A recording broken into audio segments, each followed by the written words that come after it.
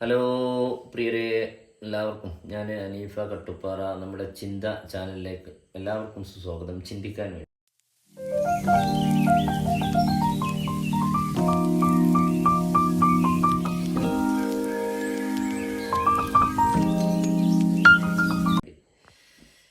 ഇന്ന് ലോകത്തിൻ്റെ പശ്ചിമേഷ്യയിലെ ഭാഗങ്ങളിൽ രാജ്യങ്ങളിലൊക്കെ യുദ്ധം കൊടുമ്പിരിക്കൊള്ളുകയാണ്. ഇത് ലോകത്തിൻ്റെ ഓരോ ഭാഗങ്ങളിലും യുദ്ധം ഇങ്ങനെ നോൺ സ്റ്റോപ്പായിട്ട് നീങ്ങിക്കൊണ്ടിരിക്കുകയാണ്. ഇതുവരെ ഇന്ത്യയിൽ പുറത്ത് ഏകദേശം ഇറാനെ സംബന്ധിച്ച് ഒരു അറബ് രാഷ്ട്രം, ഒരു അറബ് നാട്, ഏകദേശം ഒരു 3 പതിറ്റാണ്ട് മുമ്പ് ഇറാഖ് ഒരു മാന്യനായ സദ്ദാം ഹുസൈൻ പച്ചയായിട്ട് കൊന്നൊടുക്കി. അപ്പോൾ ഞാൻ ചിന്തിക്കാൻ വേണ്ടി ഒരു വിഷയം സൂചിപ്പിക്കുകയാണ്. ഏകദേശം 1500 വർഷങ്ങൾക്ക് മുമ്പ് നമ്മൾ പുണ്യനബിയുടെ ഒരു പുണ്യവാക്കുണ്ട്.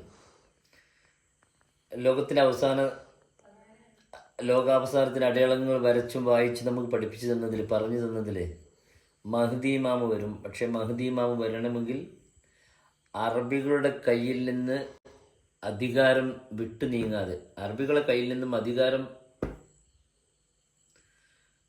നീങ്ങിയിട്ടേ മഹ്ദി ഇമാം വരുള്ളൂ എന്ന് പുണ്യനബിയുടെ വചനമുണ്ട്. നാം ഒത്തിരി ചിന്തിക്കേണ്ട വിഷയമാണ്. ഇറാനെതിരെ ഒത്തിരി രാഷ്ട്രങ്ങളെ സപ്പോർട്ട് ഉണ്ടാവാം.